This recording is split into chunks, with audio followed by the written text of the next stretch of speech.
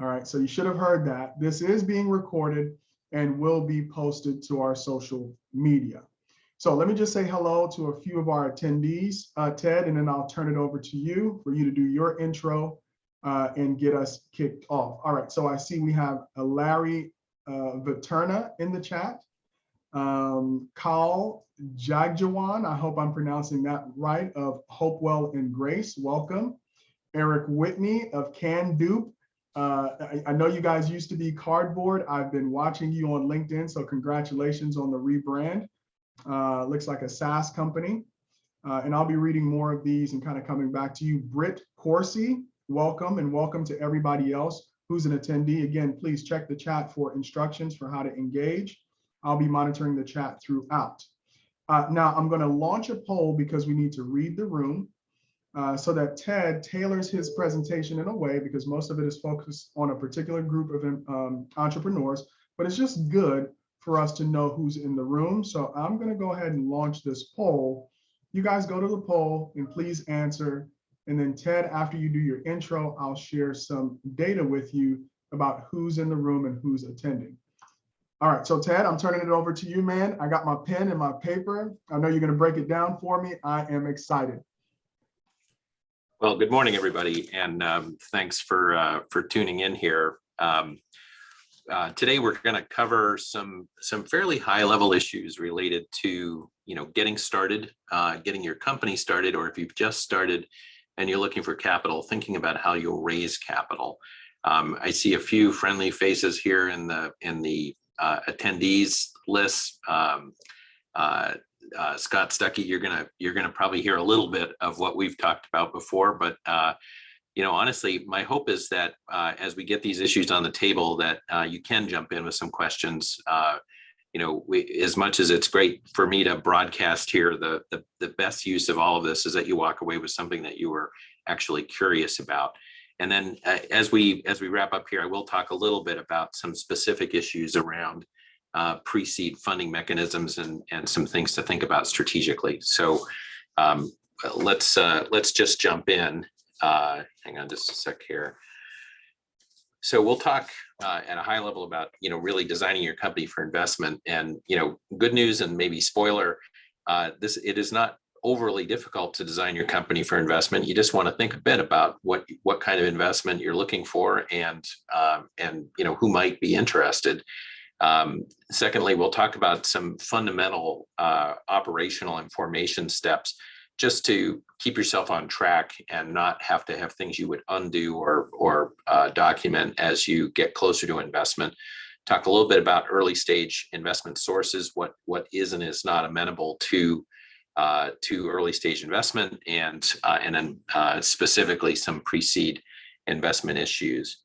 Before I jump in, just tell you a little bit about KJK. If you've not heard of us before, we're based in Cleveland and Columbus. We work nationally, and we actually have an international network of co-counsel that we work with. Actually, the chair of the Meritas network is one of our partners, the chair of litigation here, Brett Krantz, and this allows us to really kind of be of two minds here. We can be a small firm, trying to bring value to our clients while simultaneously drawing on expertise around the country, and around the world and around the country. KJK has been at it for over 100 years and has been very deeply involved in some of the formative steps of the Ohio economy, and in particular the Northeast Ohio economy. We serve clients across the board. We work with startups, we work with academic medical centers and universities, we work with Fortune 500 companies. We can really sort of jump in at everything from the pure concept to IPO and M&A. And so one reason I actually merged my firm into KJK about at the beginning of the year is really to take advantage of that full spectrum of capability, while frankly not having to charge $1,000 an hour to meet with the heft of a large international firm, which is where I started. So let's jump in. some things to think about at the Real outset. quick, Ted, Sure. we got some results back from our poll. If you haven't completed the poll yet, we would love to hear from you, but we wanted to get a read on the room to see who's here. So how far into the startup process are you, was the question. So folks in the room who are thinking about it, we have 3, so about 3 out of 12 are thinking about it. 1 in 12 is preparing to launch. 6 out of 12, so our largest cohort, they've already launched their company and they're looking for capital. And then 2 of 12 have already raised capital and no one has exited yet. All right. So Ted, we need to get people to more exits, right? As a startup ecosystem, we want to launch, we want to grow, we want to attract capital, we want to scale, but most of all, we want to build companies that are ready to sell in the long term. So that's a read of the room, Ted. You can go ahead. No, that's great, Elio. Thank you. So that's good. I think what we're going to talk about here today should be of interest to most of you. So, just thinking about the very first steps of starting a company, 2 things that you may or may not have encountered, and you may or may not have found your own solution, are what kind of entity should we form, and where should we form it? And I'm sure pretty much everyone here who's talked to investors or gotten advice around investment has at least heard of the concept of a Delaware C Corp. Just to be clear, the C designation is actually an IRS designation. There's no difference from a state perspective, between a C Corp and an S Corp. What it really means is that it is an entity that is taxed it's taxed at the entity level. So sometimes the type of investor that we're dealing with is going to really require that we form a corporation, in part because of that taxation issue, also in part because of the way corporations are governed, the statutory framework that exists for a corporation versus, say, for instance, a limited liability company.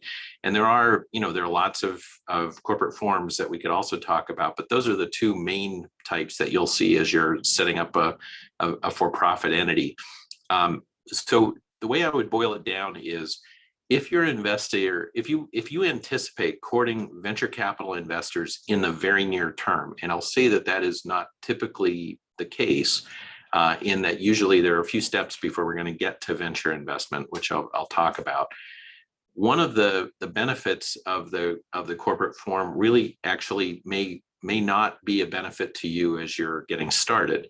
And that is that entity level taxation. The alternative is flow through taxation, which basically means, in the case of a pure LLC, that the entity is really disregarded for tax purposes. A second issue is, the corporate formalities that are driven by statute for a corporation means you have to have directors and officers, you have to meet, you have to adhere to the statutory fundamentals in order to maintain the I guess I'll say the true viability of the entity, particularly for liability purposes. So you need to pay attention to those formalities. And I guess said differently, there are a number of things that if you didn't do them, you could potentially put yourself in a situation where the corporation is either not entirely formed, or it's not operating in a way that conforms with statute. So for instance, if I form a corporation, I go to LegalZoom and I fire up a corporate entity, but I don't finish the thought and assign directors and officers. I don't have a board meeting. I don't have adequate documentation for the issuance of shares. All of those things are kind of weakening the structure of my entity. So I need to make sure I'm doing it right. And I would say, if you're headed for venture investment, then you do it right. And that's where we spend a fair amount of time making sure that all of those steps are in place. At the same time, if you're really just getting started, it's a couple of founders, you're bootstrapping, you're working on grant funding, you may take on outside investment, but it's not venture investment. It might be in the form of convertible debt or a SAFE or even an equity investment. Sometimes the flexibility that is offered by an LLC is actually also attractive to those investors. It really depends on the investor. But, for instance, if I can flow losses through to my investors, some high net worth individual investors may actually like that, particularly if I have a lot of losses I can flow through. They may also be attracted to the flexibility of the governance structure and the lack of formalities there. So I guess I would say the takeaway is, don't assume you have to form a corporation, but if you're, whichever way you go, make sure you have a reason for going there. With an LLC, if we start there, we always can convert to a corporation later. It's actually fairly straightforward to do. And frankly, I've done it in a number of closings where we do have that first venture capital money coming in. And not only do we change from an LLC to a corporation, but we actually change our jurisdiction, which I'll talk about in a second here.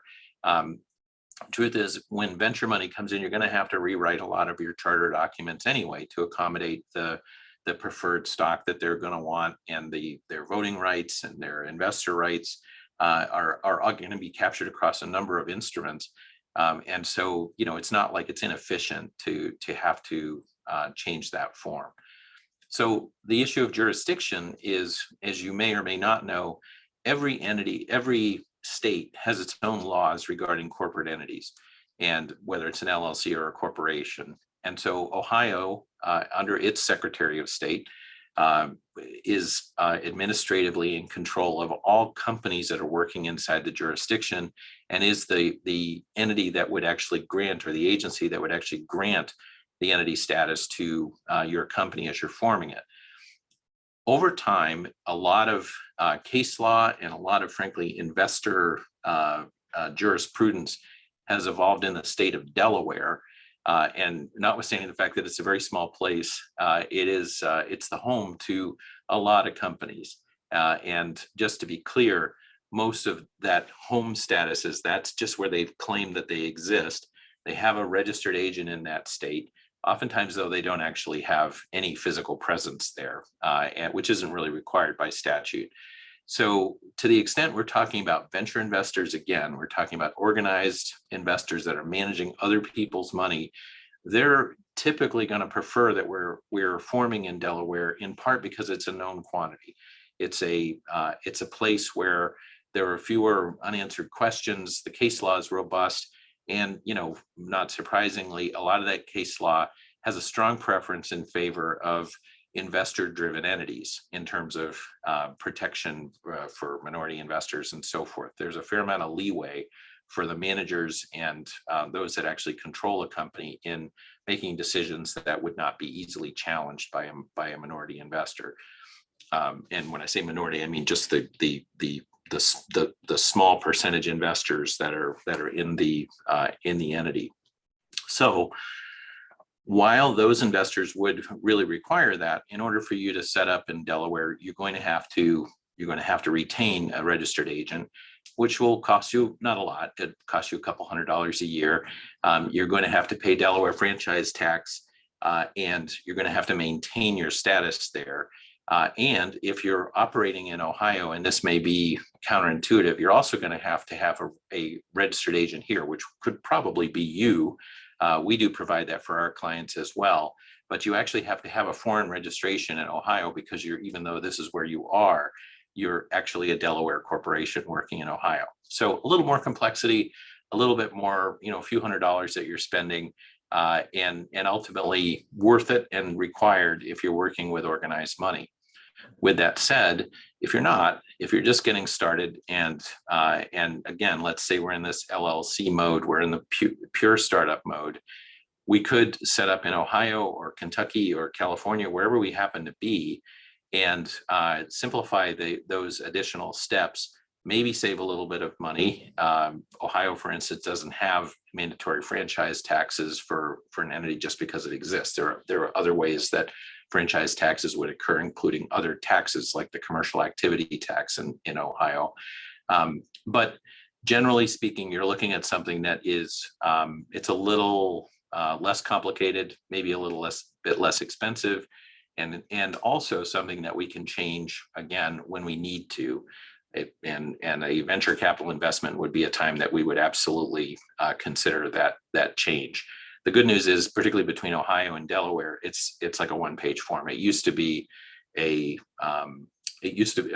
think it's three pages if you're changing entity and jurisdiction, but it used to be you'd have to create a new entity and then merge into that entity. And it was a little bit more complex. Now it's pretty straightforward. So the main takeaway here, I think, is have a basis for the choice you make, and just acknowledge that you can change that later if you need to. Any Hey, questions Ted, about? yeah, the podcaster in me is jumping at the bit to ask you a question. So one of the considerations you mentioned was taxes, but the other one was, well, if you set up as a corporation, you have to abide by the rules of being a corporation, which include a board and meetings and things like that. Do you plan on jumping into those requirements during your presentation, or is now a good time to kind of touch on that in terms of when you're just getting started, or for the vast majority of people who've launched, and maybe they are launched as a Delaware C Corp, they did the appropriate thing, but might not be following the regulations in their document with setting up a board, et cetera. Can you touch on that real quick, or do you plan on touching on it? Yeah, no, I can talk about it actually in the context of really sort of what I guess what I would say is charter and organizational issues. So whatever kind of entity we are, we need to make sure that as we're allocating equity to our founders, to our employees, consultants, et cetera, that we do it in a way that's formal, that's fully documented and consistent with our charter documents. And so let's talk about a corporation, a Delaware corporation, and it would be very similar in Ohio. We file our initial articles. That indicates to the Secretary of State how many shares are authorized. That's relatively straightforward. As we begin then to issue shares, the share issuance doesn't happen at formation. So we need to make sure that we've got a fully completed transactional structure. The legal term of art is that each individual shareholder actually subscribes for the shares and they receive them. There are, in terms of best practices, some good representations and warranties related to the backdrop of securities laws in particular that we would typically put in place, just to make sure that when we get into due diligence, that as the investors looking at the capitalization table, they can sort of check the box and say, I see that every formality was met here. Secondly, you have this odd sequence of events with corporations where we might be, for instance, the incorporator in setting up the entity. Then we actually create the shares. Then an individual shareholder subscribes for those shares, and then that shareholder actually nominates the first director or directors for the entity. Those steps are not automatic. They need to be taken at some level, and they actually happen after formation. The Secretary of State in most states is not capturing the director names, for instance, in the actual articles of incorporation. That's something that's happening separately. Sometimes it's registered with the state, sometimes it's not. In Ohio, for instance, your directors are typically being designated after formation, and the Secretary of State really doesn't have a running record of who those individuals are. The key then is that you have at least a written action of the directors that would ratify everything that's been done. Ideally, you'd have a board meeting where you would go through, ratify everything that's been done, and take care of some other housekeeping. Like you probably need a banking resolution. You probably have an equity pool that you may want to allocate. You may have other things related to kind of getting the company up and running that you would want to have formally documented. In the best case, you'd have a meeting, you'd have minutes, and those minutes would be signed and they'd go into a minute book, at least an electronic minute book. So again, when we're standing ourselves up for due diligence, we can absolutely demonstrate that we can check the box on all of these things. Now, with an LLC, and this is true of pretty much every jurisdiction, almost all of this happens in the operating agreement.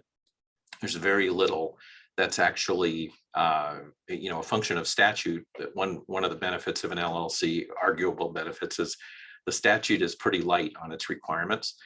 So you don't have to have directors, you don't have to have officers, but you can have managers or directors, or frankly, I've only seen it a couple of times, but you could use pretty homegrown parlance in terms of what you would like to call those people.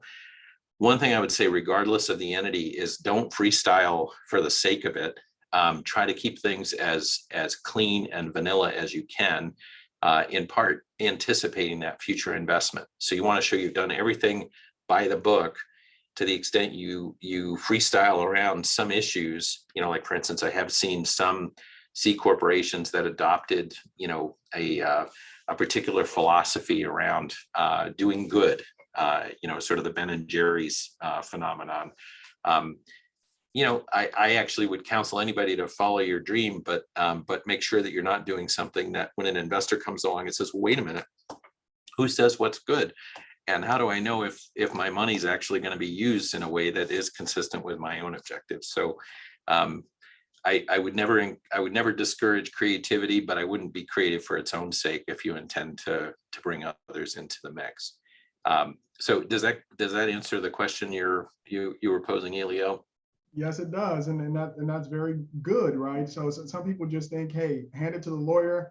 They're going to write this thing up. They're going to register, and I never have to read this thing. But there are requirements in there that you have to. If you're saying your board is going to meet quarterly, they need to be meeting quarterly, because part of the due diligence process for funding is compliance with those operating documents. So I'm going to throw another poll in there for all of you folks who are launched and looking for capital. How compliant are you with those operating documents? All right, that poll is coming. Continue, Ted. Thank you so much. Yeah, and actually that's a really great point. I find, I hate to generalize about entrepreneurs. I've literally worked with hundreds of startups over the years. A lot of startups in the sort of university student space, and there just is a I don't know, not an incompatibility, but it doesn't feel natural to kind of own those documents. It's like the lawyers told us we had to sign this, so we did it. Honestly, if you're going to run a company and this is going to be what you do and where you invest your energy and your money and your free time and potentially make a lot of compromises in your life to make this work, you really have to read these documents and make sure you understand what they mean. The truth is, any competent lawyer can probably put together documents that wouldn't be, they wouldn't shock you. But there are things about, like, what happens if we can't agree? What happens when somebody dies? What happens when somebody's incapacitated? How do we deal with the fact that we may need to eject a shareholder, an equity holder? Your documents may or may not address that, but they can. And so that, thinking through, whether you think of it as sort of worst case scenarios or just how do we operate this thing, you kind of have to suck it up and read those documents. And it's not like you need to go get a law degree to do it. If you read this and say, I really don't understand what estoppel means, have your attorney explain it to you. And honestly, if it's overly technical or hard to read or potentially poorly drafted, ask them to change it. Ask them to change it so that it's human readable, so we know what the heck we're doing. So the next level of organizational and charter issues is making sure we have agreements between the founders, between our consultants, service providers, and really importantly, make sure that the agreements are clear on duties and responsibilities, but also, and this is a really key diligence issue, that IP assignments, confidentiality, non-solicitation provisions, things that are, I would say in some ways, very sort of standard and reasonable, are fully addressed. And make sure people understand what they're signing. For instance, it's pretty common for a technology-based startup that everybody who's actually being paid by the company will have to assign intellectual property that they develop, new inventions, for instance, to while they're working for the company, to the company. And so one is an agreement to assign. Second is the definition of what is an invention. Third is, what do we mean by while working for the company? Like if I came up with this in my shower at home and I wasn't actually at work, does that matter? And then what do I need to do in order to support that assignment? Those are all real nuts and bolts issues, but they need to be documented and they need to be in the agreements that everyone's signing. It's super common for founders to get started, and they might have signed the operating agreement. They might have even gone through all the formalities that we discussed, but there's not anything that actually talks about what their roles and responsibilities of the company are. And really critical, what happens if they don't perform those roles and responsibilities? What do we do about it, and how do we resolve it? So these are easy to put in place, but you need to make sure that they're there. Third level issue is incentive compensation plans and agreements, which For a de novo startup may sound like a little much. Like, what do we need that for? That may sound just way too complicated. The truth is, this is how you are allocating equity to others. And it gives you the ability, particularly when investors start getting into the mix, to issue equity or an equity instrument like stock options to the folks that are working with you without having to go back to the shareholders for approval. And so it's a quantified pool of equity.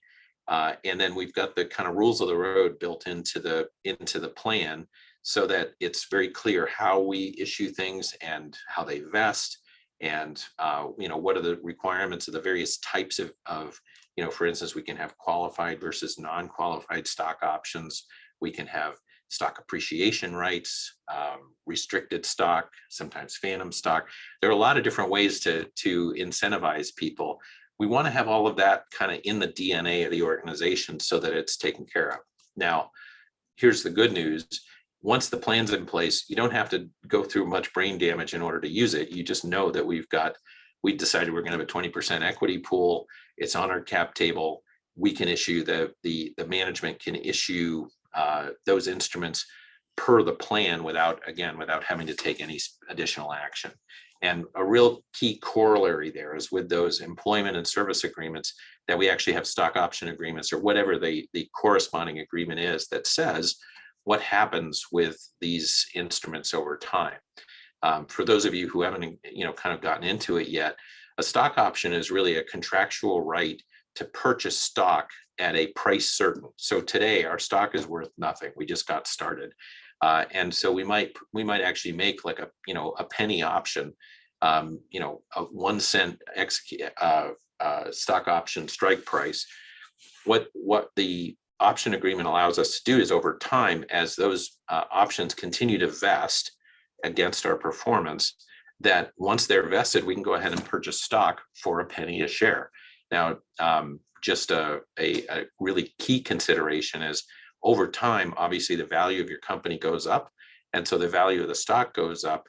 And so subsequent issuances of options, particularly once you start raising money and you've got revenues, cannot be a penny stock or a penny strike price. It needs to reflect the actual book price, and it's called a 409A valuation. It's book price, but the book value plus some accommodation for near-term revenues, so that when we issue the stock option to the employees, that they're not having some kind of unintended taxable event. We've given them something that's worth $1, but we only basically charge them a penny for it. That actually accrues as a negative tax impact for them. But really importantly, that as we're going forward, and again, we're getting ready to talk to investors, we can show that everything that we have issued is fully documented, it's by the book, and the value is backed by an accounting analysis. Okay, so we have the results back from the poll, Ted. So I'm sure for a lawyer, you're going to get excited about this. So 2 out of 8 people who responded said operating documents. What operating documents? All right. So we have some folks out there who really need to talk to KJK. 50-50. This is also a population that might need to talk to you, because they're compliant in some areas, but not all. And I know probably some of that is prioritization, right? What should we prioritize in this operating agreement that we absolutely need to be doing? I mean, it's just like life, right? We need to be doing everything, but there are also things that are more important than others. And then there are 2 companies out there who are ready right now, bring on the due diligence. They're hitting it out of the park. So that's the results from the poll. And I do have some questions about LLC, right? So you raised it, and I know this is primarily focused because, like you said, case law and just how Delaware approaches venture-backed startups is super convenient, right? Right. If you register there, you're basically you're signaling to investors, hey, we've done our due diligence, we know where to register, we're ready to take on capital, and we understand why you would want to fund a business that's registered in this way. However, LLCs are still an option, and we had a question here from Larry Viterna, and he said, can you discuss the possibility and merits of an LLC set up for share ownership in a joint venture with a larger company? Is this the place to really get into that, or should we be following up with Larry after this session? Well, I'm happy to, I've known Larry for a long time and think very highly of him. I guess I would say, and I'm sorry to say this as an attorney, it depends. The reality is those flow through. If we're issuing in the context of a joint venture, if we're issuing equity as a part of the joint venture, it could be problematic for the joint venture partner. And the larger the company, the more likely that would be the case. Sometimes we can set up an intermediate entity for the joint venture where we basically both parties are owning equity in that entity, and that would facilitate things like revenue sharing and so forth. Sometimes we'll just use a contract and we'll in essence say it's a quasi joint venture. It's not really a separate entity, and it's the terms of our collaboration agreement, our joint development agreement. There are any number of ways to do that handle the nuts and bolts of how we work together, and also still plan on the upside. But with all that said, I'd be happy to talk offline, Larry, about what you're specifically looking at, and see if I can give you more refined advice. The flow through taxation issue, which I assume got your radar up, maybe the deal breaker in terms of trying to issue LLC units to your joint venture partner if in fact they're going to have an issue hanging on to those with flow through. So the last quick thing, Ted, to piggyback on that, there are always things that seem convenient in the short term, but end up as big issues in the future. So a lot of times for founders to get a deal done with that first big relationship, we tend to kind of just want to get the deal done, but it's very important to, kind of get the right advice to be able to think through all the possible scenarios. I just want to put that out there because we had a very similar question from Shukri, and I hope I'm saying your name correctly, about using an LLC, but like you said, it all depends. There are a lot of things to consider about which entity to use if you want to pursue a certain ownership structure or to give out equity or maybe even share in profits. So Shukri, you can also reach out to Ted. I'll put his LinkedIn in the chat so you guys can start a conversation regarding your question specifically. All right, go ahead, Ted. Yeah, for sure. So the last thing I would say here is, in the early days, you should always be thinking about, you don't have revenues yet typically, but you want to be cultivating assets as well as you can. So intellectual property is a key asset early days. You may have internal IP, you may have licensed IP. You want to make sure that you're doing everything you can to identify and protect the IP that is fundamental to your business. And so if we're very early days, we're tight on cash, we want to be careful about how we handle potentially patentable subject matter. But honestly, if we think there's a there, we want to make that a top priority to file a patent application, even if it's just a provisional application, which is a placeholder.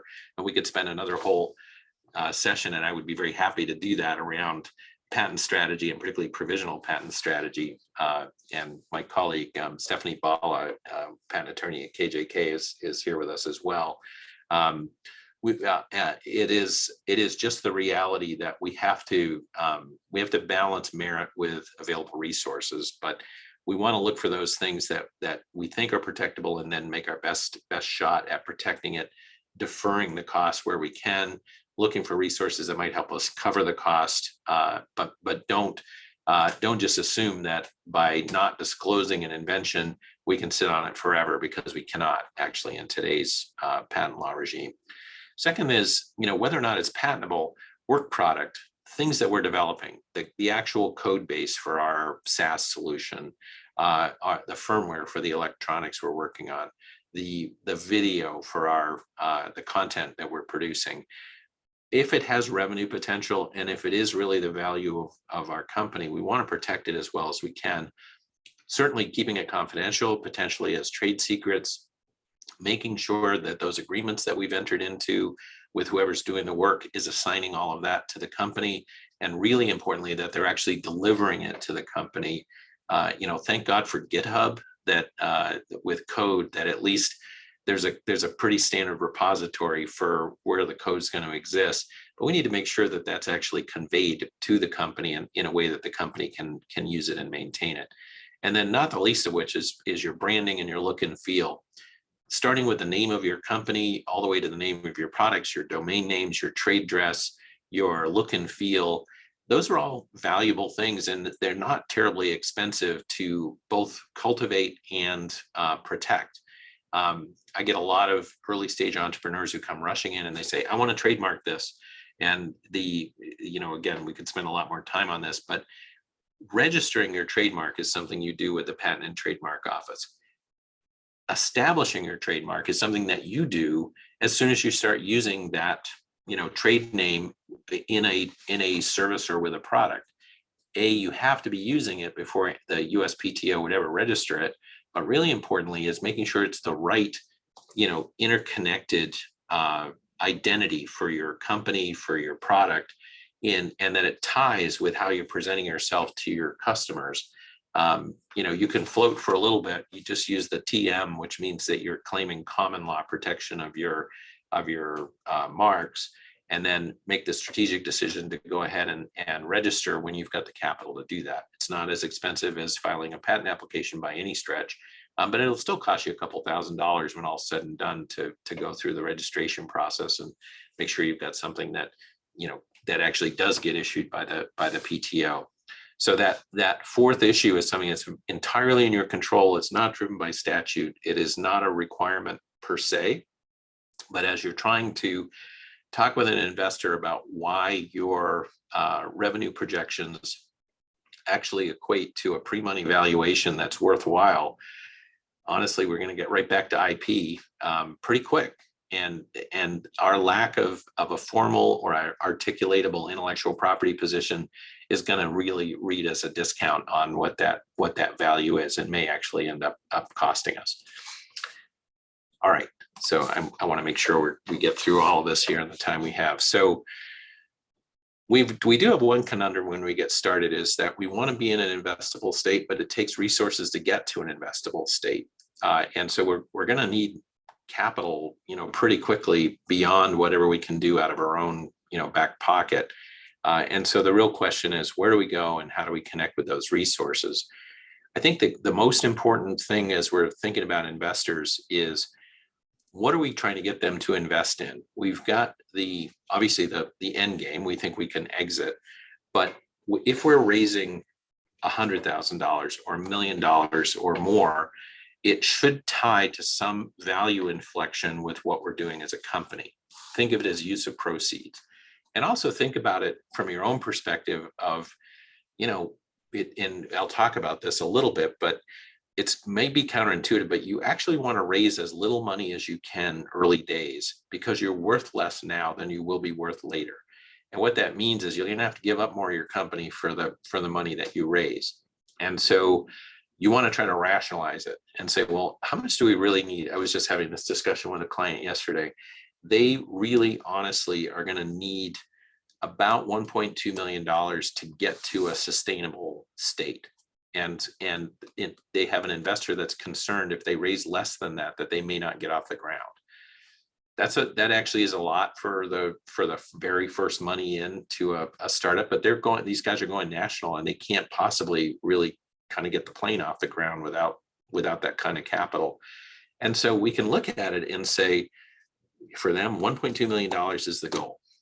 This investor is willing to put in 500. We've got to plug the gap. Where are we going to get the rest of that money?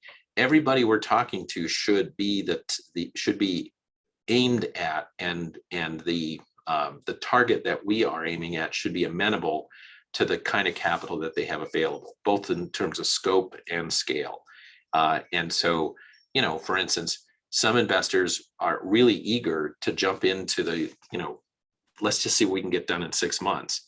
Others are, I want to see revenues before I'm going to invest anything. Now, those are two very different perspectives. Hint, the second investor, the revenue investor, is probably going to be willing to invest more capital, and they're probably going to be a more formal investor, but not necessarily. But that is really just what their investment objectives read on. So we want to make sure that if we're pre-revenue, we're moving toward a proof of concept. We think this proof of concept, let's say we're in life sciences, is going to get us moving toward regulatory. It's going to put us in a position where we actually can make our first regulatory filing. We should have received our first patent by then. We've got things that read on the overall value of the company. That makes that milestone very clear. And it also ties directly to the scope of the resources that we're trying to raise. So with that in mind, we have to really just acknowledge that not every investor is going to invest in everything. We do have a range of, pretty full waterfront of investors who might be willing to support us. And, frankly, some of them will only invest at certain points. Like I said, pre-revenue versus post-revenue is certainly one. And make sure that if we need a certain amount of capital, that we're not sort of wrong sized with what that particular investor is willing to do. So lining up across the bottom of the screen here, I've got the federal government, I've got your Aunt Martha, your favorite high net worth individual, I've got a venture capitalist who's managing money for other people, and I got a corporate investor who is thinking long term about how to incorporate what you're doing into what they're doing. Very different perspectives. The reality is, you don't think of the federal government as an investor, but when we talk about SBIR and STTR grants, these are small business grants made by the federal government to try to move a concept to market. They're willing to put an amount certain, and it does vary a bit across programs, but basically any federal agency that has an appropriation has dollars that they can invest in this kind of thing.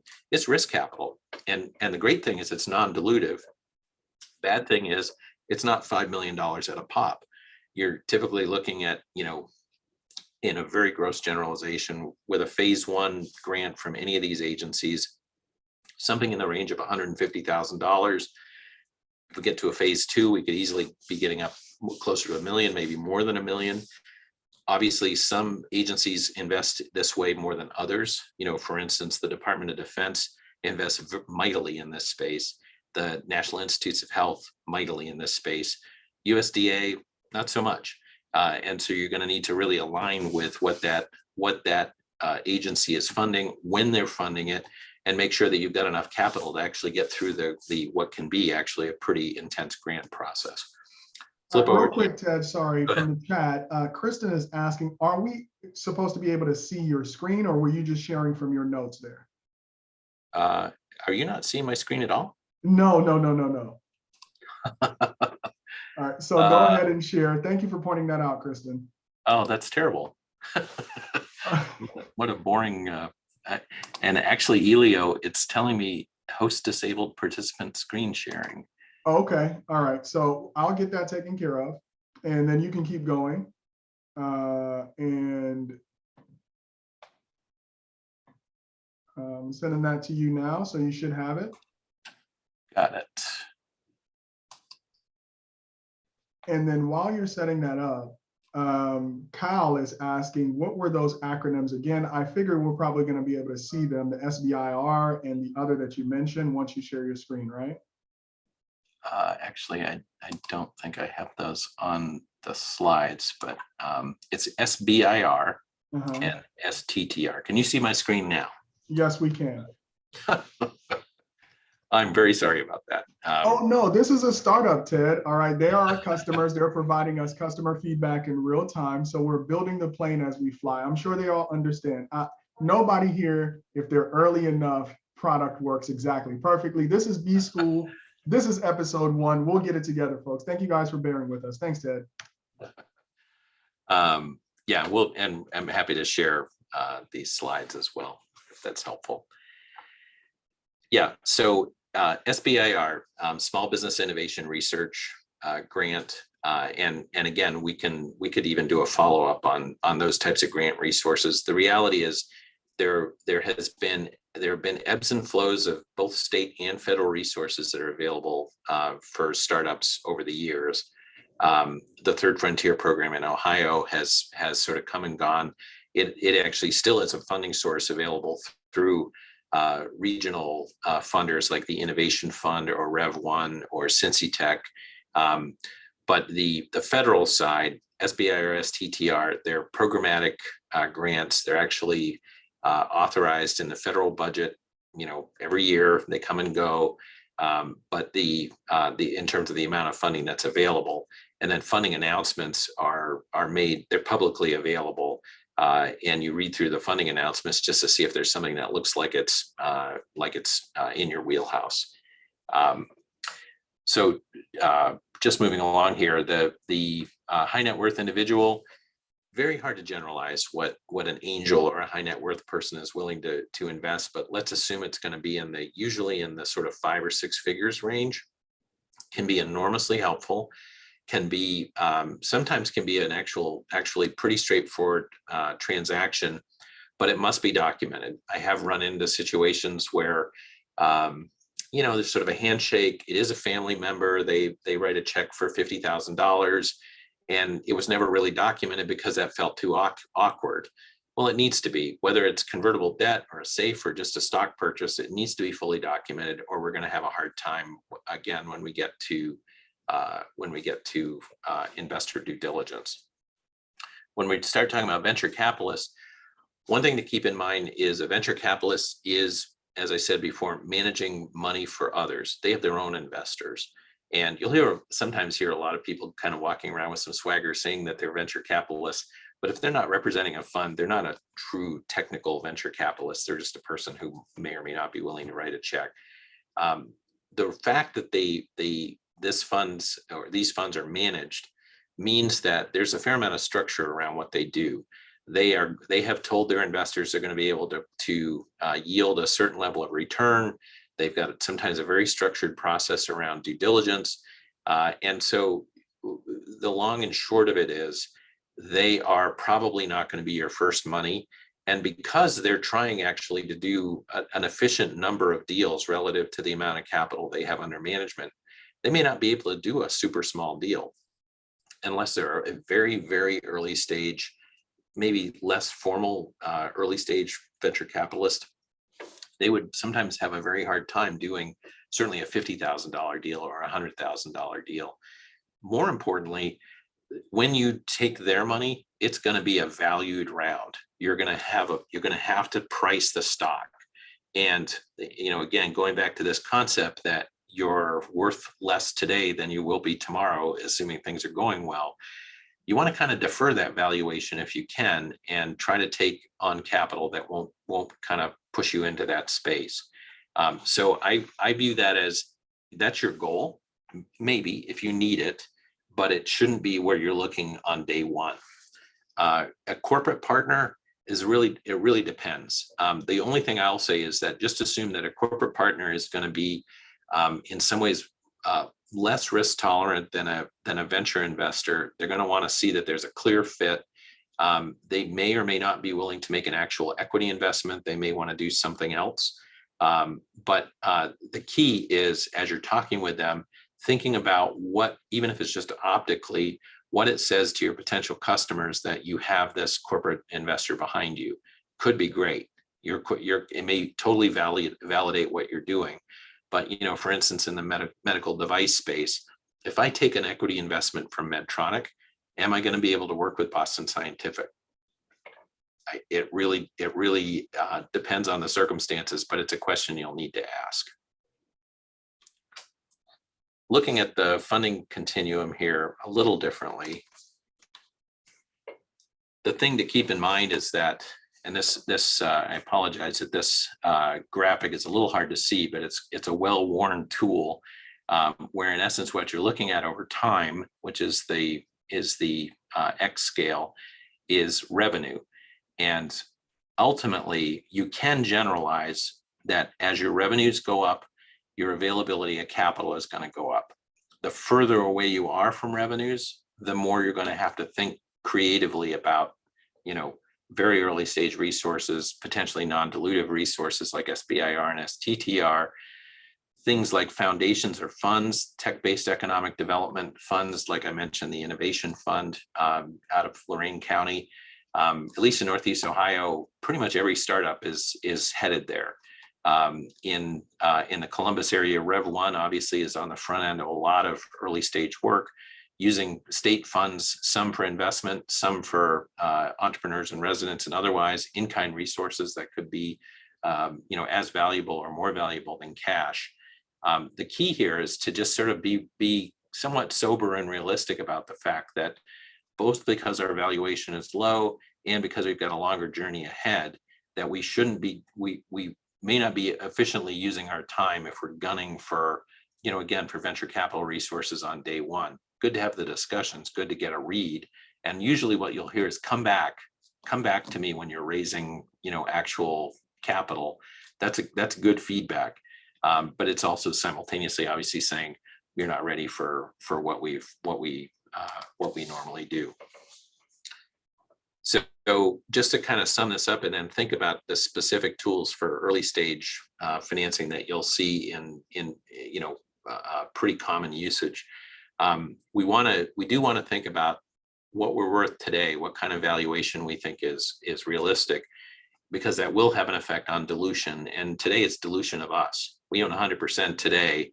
If we raise $1 million on a $1 million pre-money, we just gave away half the company, which isn't necessarily bad. But if we have to raise money 6 more times, that means that our ability to maintain, the level of equity that we want in this is going to be significantly reduced. Secondly, we don't want to be raising money at the exclusion of operating our business, and so we have to manage the number of folks we're going to need to talk to. We're going to have to stay pretty focused on who is most likely to fund us, and make sure again that the amount that they're willing to fund is compatible with the amount that we need, and really importantly, we should be able to forecast out, and this is important for the founders for sure, and it's amazing to me how infrequently I see founders do it. How much money are you going to have to raise for the entire journey? We're going sort of round by round, slug by slug through the process of building something and taking it to market. At what point do we become cash positive, and how much cash is it going to take us to get there? And we should have some theory about both where that would come from and when we would be going for it. So it wouldn't be unreasonable to say, what, if we could just raise $200,000 or $300,000 now. Well, obviously we're all kind of like tightening our belts, and nobody's got big salaries or very expensive real estate or anything like that at this point. But that'll get us to the prototype that we need, that we can actually start thinking about manufacturing. So that gets us to a point where actually we're going to be worth a little bit more than we're worth today, maybe a lot more. The next stage is we're going to have to actually start manufacturing the product. So maybe we're going to use a contract manufacturer. That's not free, but we don't have to build a factory. So we want to think about just what it'll take to actually get through tooling, through manufacturing, engineering for manufacturing, actually having something that is, makeable. We also then have to think about sales and marketing and how we're going to actually get this in the hands of customers. So we quantify that. That may still be early stage finance. That may be our actual seed funding. The question then is, are we done, or do we need additional capital? We should have that story told to ourselves, acknowledging it's going to be wrong because things are going to change, but at least the theory and our strategy is complete, hopefully to the point where we can say the whole reason we're doing this is we think that in year 10, a company like us can exit for 5 times revenues, because that's what happens in our space. If we did that, this is what we think would come out of it relative to the cash that we raised. That may sound like really complex financial modeling for some, but you can do at least a basic cut at it to make sure that you're not headed into something where it's like it just doesn't compute. We're going to have to raise so much money relative to our potential value that there is no articulatable IRR, certainly for us. Meanwhile, there usually is. The question is, okay, I was just having this discussion the other day. The guy is getting involved in something. He thinks it's going to take him 10 years, and he thinks he can get a $2 million exit out of it. Is that worth it? Is it worth 10 years of time? Now, granted, that's still a decent amount of money, but it's also risk adjusted because you may not make it.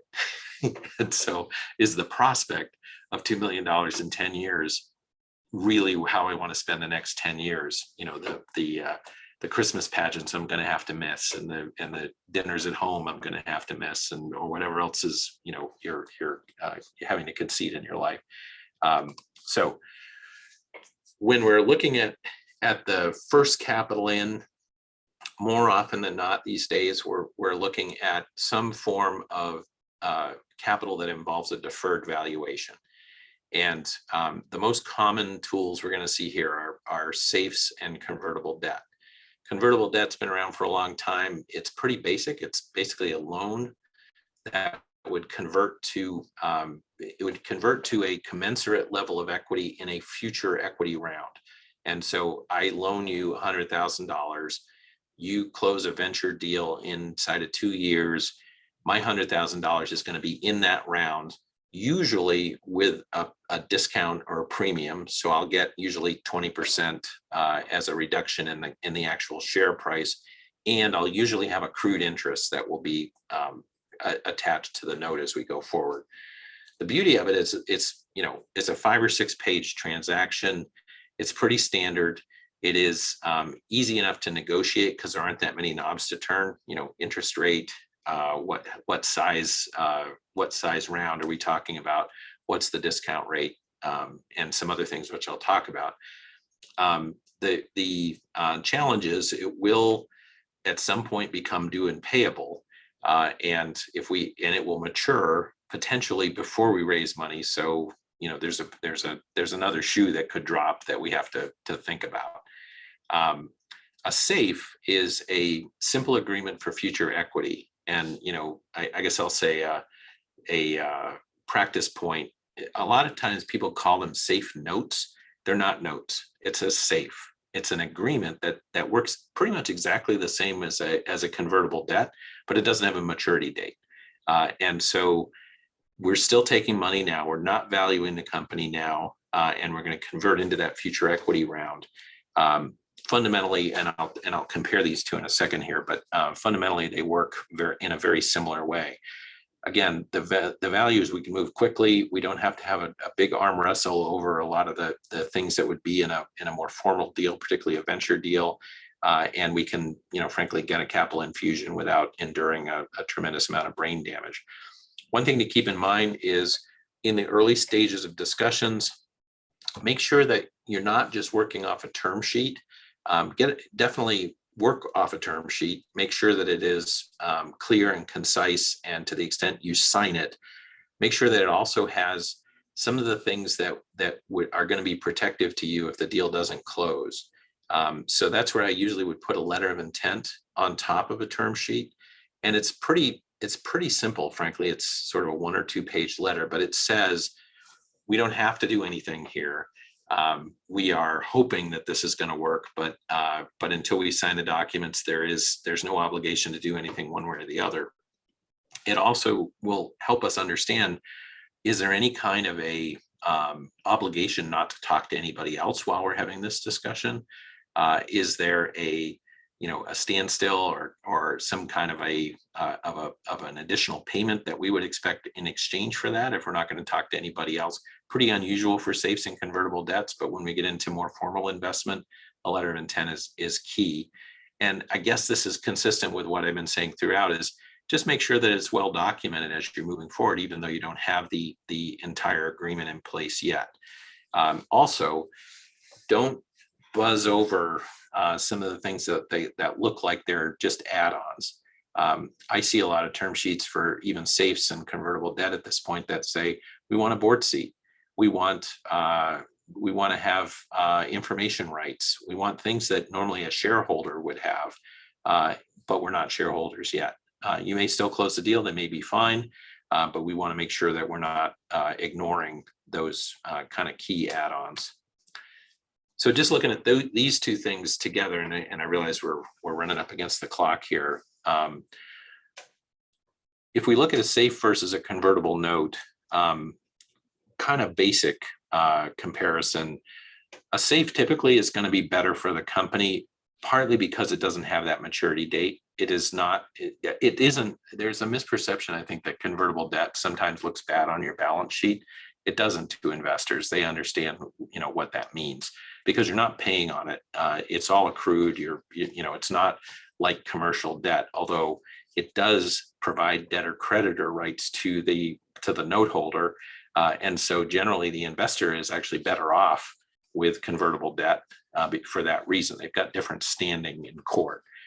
And the fact that there's a maturity date means that it's not going to go on forever. With a safe, if we never raise money, there's a potential that it's just sitting there waiting for us to raise money, just your kind of basic safe.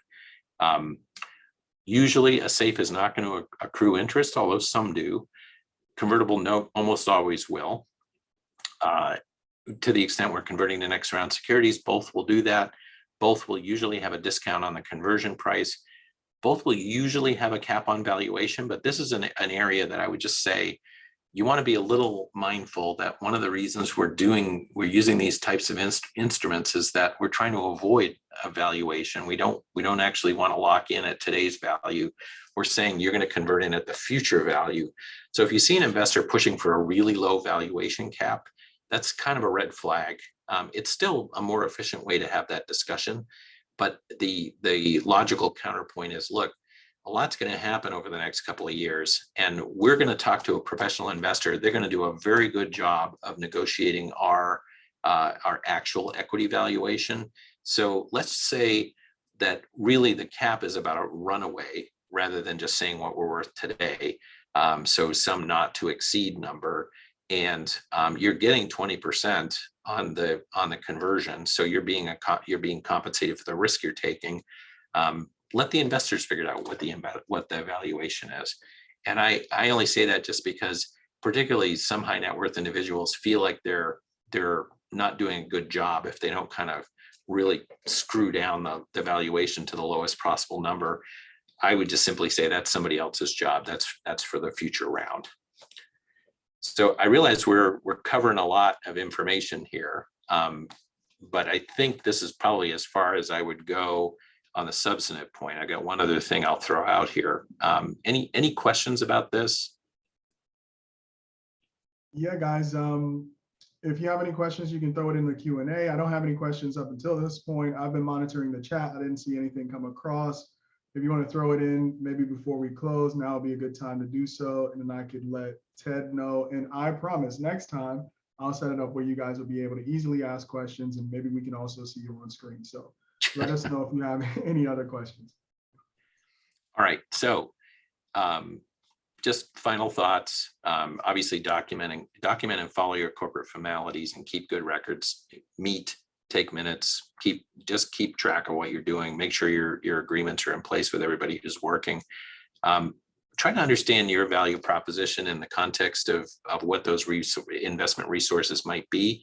And try not to operate from a place of greed, saying, I want an IRR on your money.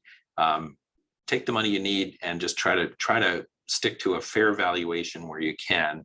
And then when you're talking to investors, one of the reasons that I put out these various investor sources is early on, just try to get a sense of what they do invest in. Are they really interested in investing in you, or are they, just sort of in deal flow mode and they're trying to assess you? That's okay. It may mean that it's a future conversation, but you don't want to have 3 follow-up meetings to figure that out. Try to use your own time and focus, on the most likely sources of capital. And then, to the extent you've got counsel, work with them to try to figure out what your deal strategy is, and really importantly, to try to close that deal. I'll say closing deals is it's not everybody's cup of tea. Sometimes we can get very close. There's a lot of interest, but there isn't a closable deal. I view that as something that we take as a responsibility to try to make sure we've got the deal documents ready to go. We've checked the boxes on all of the open due diligence issues, and fundamentally keep pushing to make sure that we're closing on the schedule that we had in mind. So just a quick note about how to engage with us if you want to. We do business readiness consultations just to try to figure out where you're at and whether or not we're the right fit for you. If we're not, we'll very quickly tell you that, and actually try to give you some written feedback to help you think about what to, where you might go. We do have a turnkey startup package where we'll go through, basically that moment of choosing the name and the type and the jurisdiction all the way through to your first board meeting, and make sure that all of that is documented. And we do that for a frankly, pretty low fee. That's one reason why we like to do the readiness consultation up front, because we're doing a little bit of risk sharing with you. To the extent we're pre-funded, we do work on an hourly basis to try to help you get there. And then once you are funded, at least for companies that we're really well aligned, we have a program called the GC Advantage program, where we work on a fixed fee basis to handle your operational needs and support. And so we've got clients all over the country at this point that, we are their general counsel. They pick up the phone when they've got an employee issue, or they're, trying to get a new master services agreement in place, or confidentiality agreement, or they're looking at an investor term sheet and, they want to try to negotiate that to the point where it could be a closable deal. So we're happy to talk more about folks that are interested in that.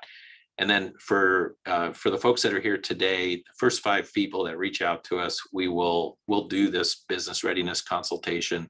Probably spend about a half hour talking with you, and come back with a read on whether again we're a right fit, or some things you might do to try to move toward investment independently. For that, I think we're saying if you just type yes in the chat or send me an email, we'll pick up the first 5 of you that do that, and to the extent we get a misfire on any of the first 5, we'll move on to whoever else is in there. But be happy to talk with you and try to see if we can be of assistance. All right, Ted, listen, wonderful presentation. Thank you so much for taking the time. I think one of the intimidating things that startup founders find if they don't have access to capital right out of the gate is this fear of engaging legal counsel. So people are just winging it, right? On LegalZoom, just, putting documents together when they would be best served by actually seeking wise counsel. And so one of the reasons why we wanted to partner with KJK, one, they're out of Cleveland, but they're opening an office here in Columbus. So we have an office in Columbus. That's what I mean. Sorry, yeah. I misspoke. They are already here, established in Columbus. They are super active with everything that 614 Startups has going on. So for example, we have Pitch Columbus coming next week, which is an opportunity for startups, early stage startups, or startups anywhere on their journey, to share their story with the startup community. We're looking forward to having KJK there. You're going to meet some of these people in person over time. Congratulations to the 5 people who said yes already. So I see Kristen Brown with Rella, Eric Whitney, Candupe, I think is the new name of the business. Larry, we just connected on LinkedIn. You have that nautical company up north helping wind farms produce more megawatts. So I'm very interested in green energy. Kevin Lloyd of Mile, which is a platform to advertise events. And Bianca Lopez. Bianca, I'm not sure. I need to learn a little bit more about you. So is that 5 or 6? All right. Well, we got a couple people in there, Ted. I'll get you who were the first 5.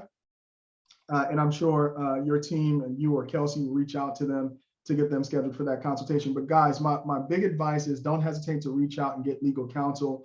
In some cases, it could make the difference between you raising capital and not. All right. If you want more content from 614 Startups, our website is 614startups.com. You can go there, you can listen to the podcast, you could read news about what's happening in the community, and you can also register for the ton of events that we're doing. And a special shout out to Ted. Not only is he an attorney, he's also a business owner, right? You have a consultancy as well that you could do consulting with startups. Is it startups only? Sometimes it's actually more around technology strategy.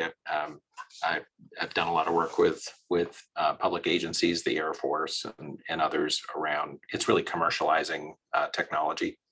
Okay, wonderful. And then finally, he's a writer. So if you go to the KJK website, they have a ton of blog content And we recently shouted out his article. I think you co-wrote it with somebody else about the metaverse. So for all of you people who are building companies in the metaverse, listen, metaverse, there are legal implications even in the virtual world, right? So don't think just because you're not starting a physical products company, you're launching something in the metaverse, that you don't need to think about legal protections there. So check out our website and check out, our LinkedIn, and check out Ted's article about legal implications of building products in the metaverse. All right, folks, thank you so much for joining us.